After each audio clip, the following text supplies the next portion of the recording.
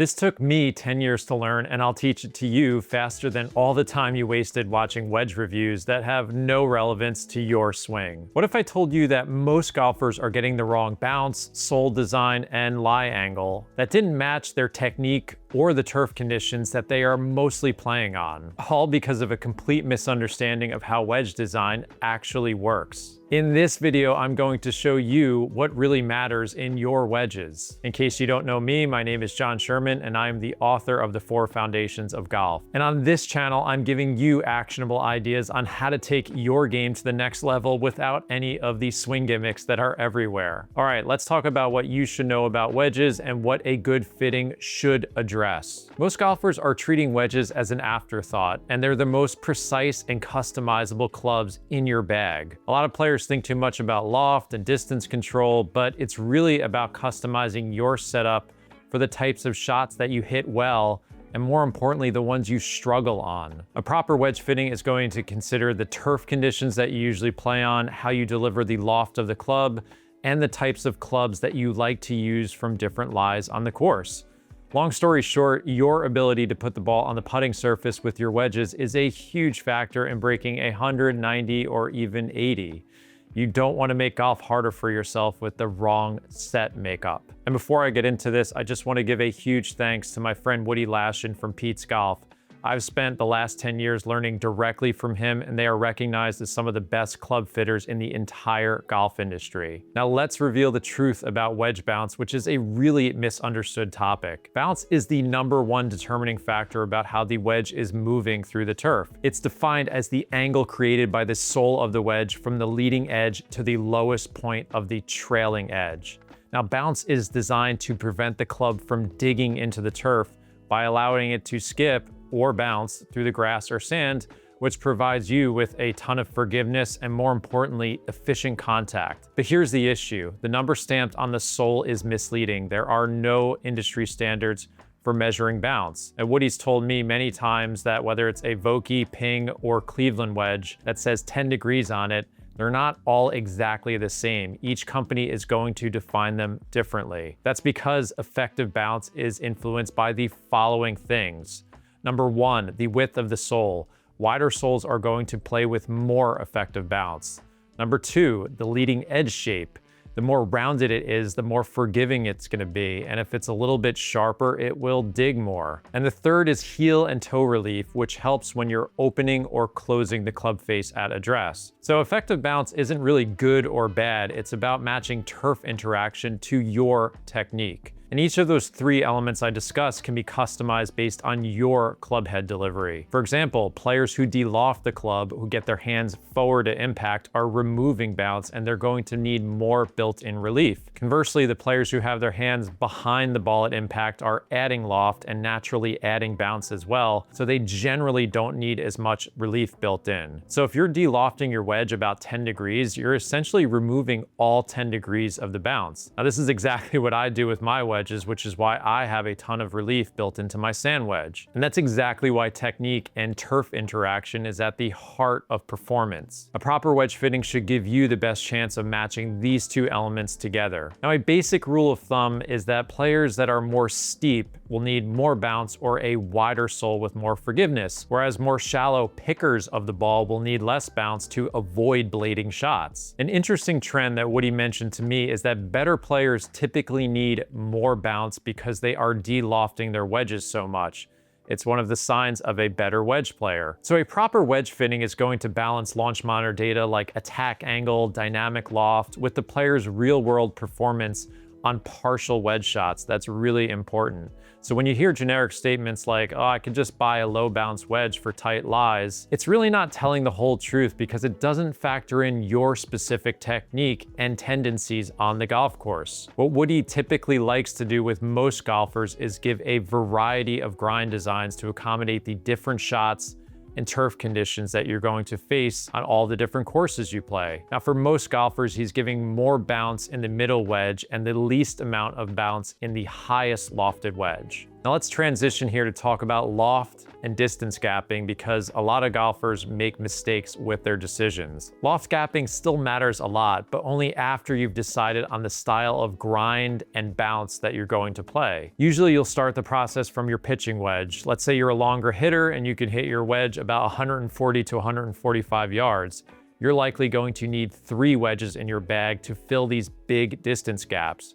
So if you are using a gap wedge, it should usually match your iron set, as it's a full swing club typically. Now conversely, the sand and lob wedge can be custom fit to your technique and your turf needs on partial wedge shots. But also don't assume that the loft on your wedges needs to be evenly spaced. A fitting is going to consider the types of shots that you are hitting most often. Now some players are really good at taking a little off their gap wedge where others cannot. So the gapping should consider what you can execute on the golf course. But an even bigger spec that golfers don't even think about is lie angle. And it can greatly influence missing shots to the left and right of your target, and even result in chunk shots if you don't get this spec right. Now, lie angle is defined as the angle between the golf club shaft and the sole of the club. And I'll quickly demonstrate here with the wedge. So in other words, you can deliver the club toe up where the heel is digging into the turf, which is what I used to do a lot. And now I've actually shifted to the other end of the spectrum, which is toe down and the heel is up in the air. So based on the lie angle of the club, that will affect how the club interacts with the turf. So delivering the club toe up or heel up are extremes. And like everything else in golf I discuss, you generally want to avoid these extremes with lie angle, and here's why. Lie angle becomes more influential on start direction as loft increases. In other words, this isn't as big of a deal with your driver, fairway woods, or even your hybrids. But it is a really big deal when you start getting to higher lofted clubs like your wedges. So here's what's interesting. For a right-handed golfer, when the toe of the club makes contact first, they're actually going to miss their target more to the right.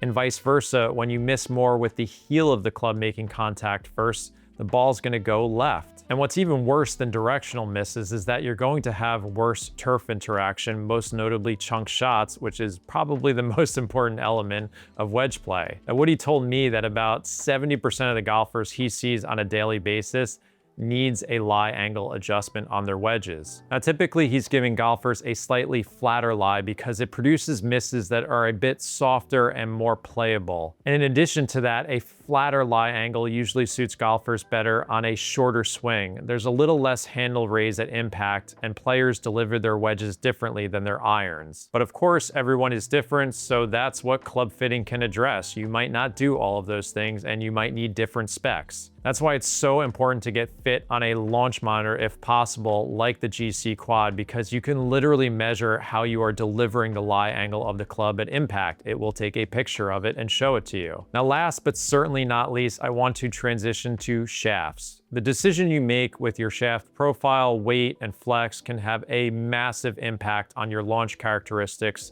with your driver, hybrids, and your irons. But with wedges, it's not as influential. Woody told me that once you get above about 50 degrees of loft, shaft flex has minimal impact on launch and spin, and the loft is dominating those two measurements. Shaft selection in wedges is really more about feel and control, not chasing performance numbers. Now, Tiger Woods notably changed his wedge shafts because he wanted a different feel in his hands. A lot of golfers' wedge shafts are way too heavy compared to their iron shafts, especially if they're playing graphite, like I am now. For example, going from a 65-gram graphite iron to a 120-gram steel wedge can absolutely kill your feel around the greens.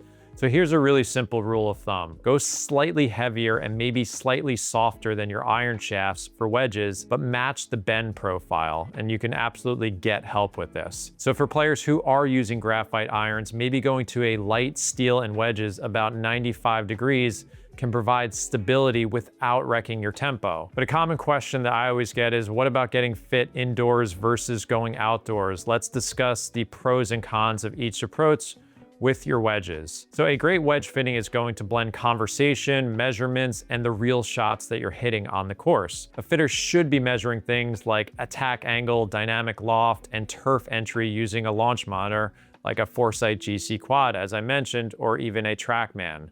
Now, partial shots matter more than full shots because turf interaction and distance control are going to drive your decisions mostly. Indoor fittings can be extremely accurate if the fitter knows how to interpret turf interaction from the data they're seeing on the launch monitor. Now, in a perfect world, it would be better to do an outdoor fitting with technology measuring. Now, Woody has actually tested the difference between the two, and it usually comes up with the wedge that he would have picked on the indoor fitting would actually match the wedge he would pick on the outdoor fitting.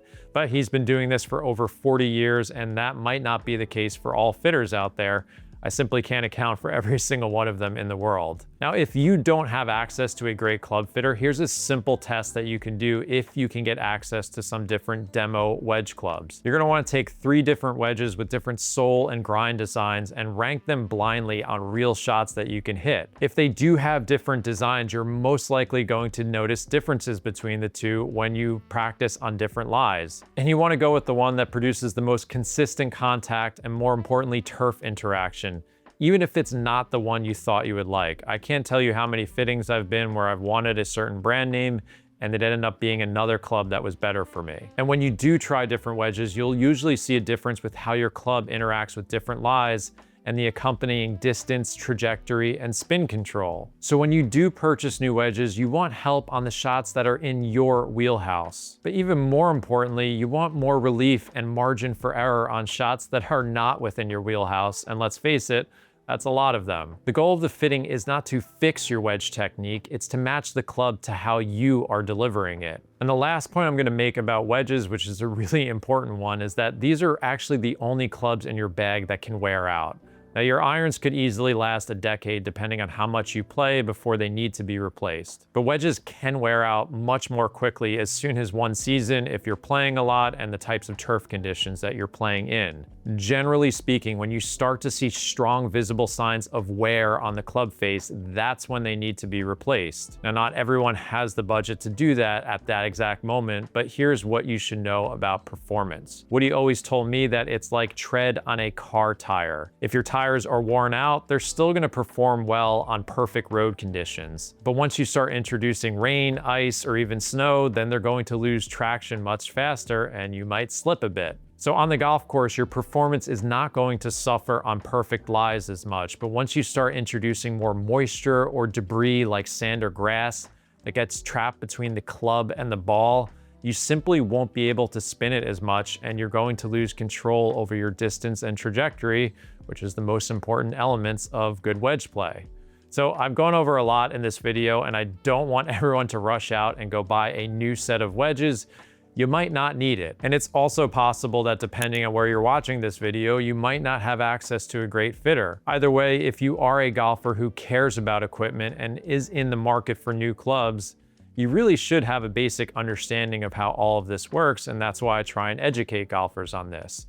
So if you do want to do a much deeper dive on wedge fitting, I will include a link to the full podcast I did with Woody Lashin on our show, The Sweet Spot. That's in the description below. I'll also link to Pete's Golf as well. If you're in the New York metro area or are willing to travel to see Woody and his team, they are the absolute best. We've had tons of golfers around the world who listen to our podcast, who visit them regularly, and they're very happy with what they get.